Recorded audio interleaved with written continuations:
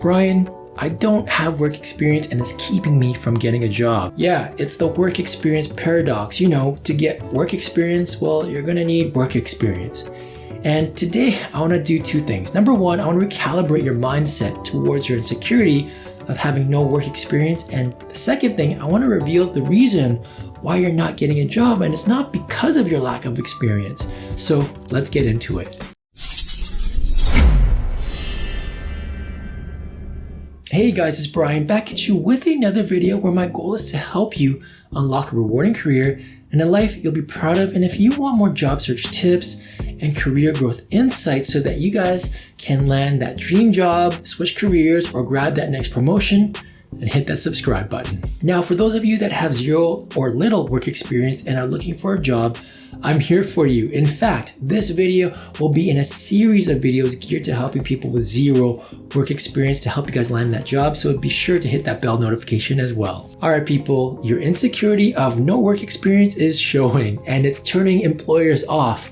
So I want to take a moment and share some perspective here. Having no experience is actually not a bad thing. It's quite freeing, really, if you think about it. I mean, right now, because of your lack of experience, you actually have zero bad habits. You have no workplace baggage, and you're not pigeonholed into any specific role, department, sector, or job. In fact, you can pretty much do anything and go anywhere and take your career across pretty much an infinite variety of options. This really is a great time for you to explore and look at various job options and career paths. Guys, this is a blank canvas and the world is essentially your oyster. It's just a matter of spending the time to do the work and the exploration. Think of it this way. I read this great analogy in a book somewhere, so I can't take credit for it.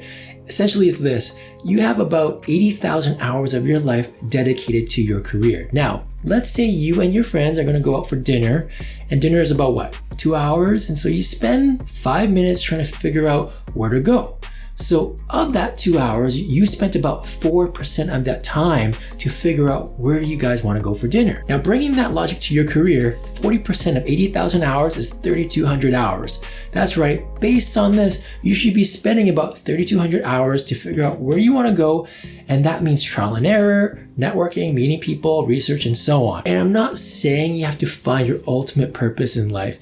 Instead, I'm just saying find the right direction for where you are in life right now in this moment. But remember, the beautiful part is that you're not locked into anything, and this really is the best time for you to start exploring. So why does this matter? Well, it's because once you've determined where you want to go and fully commit to it, there's going to be a new sense of confidence and purpose and security that will show through on your resume, your cover letter, and interview that will actually compensate for your lack of experience. The second thing I want to talk about today is why you're not getting a job, right? And it's got less to do with your lack of work experience and more to do with your job search strategy. Hear me out, guys. If we take a bird's eye view of the entire job hunting process, we can break it down into roughly 5 phases. At your recruitment, this is your networking skills and your LinkedIn profile, for example.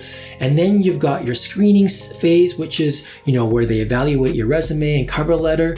Then we move on to interviewing, and after interviewing comes the references and having those references vouch for you and putting you in the best light. And then lastly, it's about negotiating the job offer and sealing the deal. And typically when people are starting out the job search, they're only focusing on what? The resume, cover letter, and maybe the interviews. But there's actually more to it than this, right?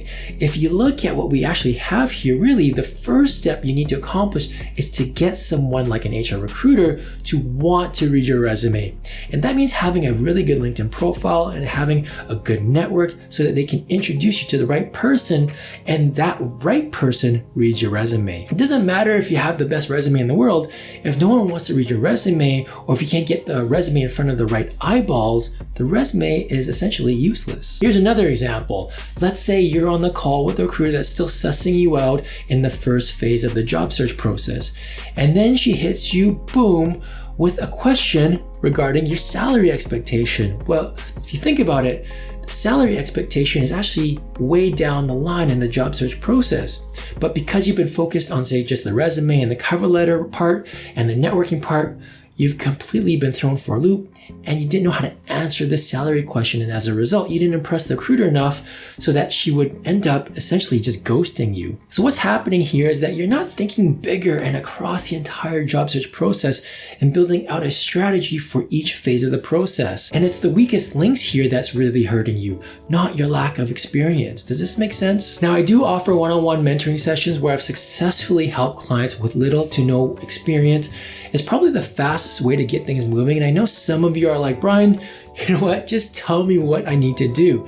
And if you want that, you can book a session with me by clicking on the link below. But otherwise, guys, takeaway here is that you should start formulating your strategy across all of these phases. If you want more job search tips, you guys can watch this video here to keep that momentum going. And if you have a topic that you want me to cover in a future video, just let me know in the comment section down below. Guys, thank you so much for watching, and I'll see you next time. Cheers.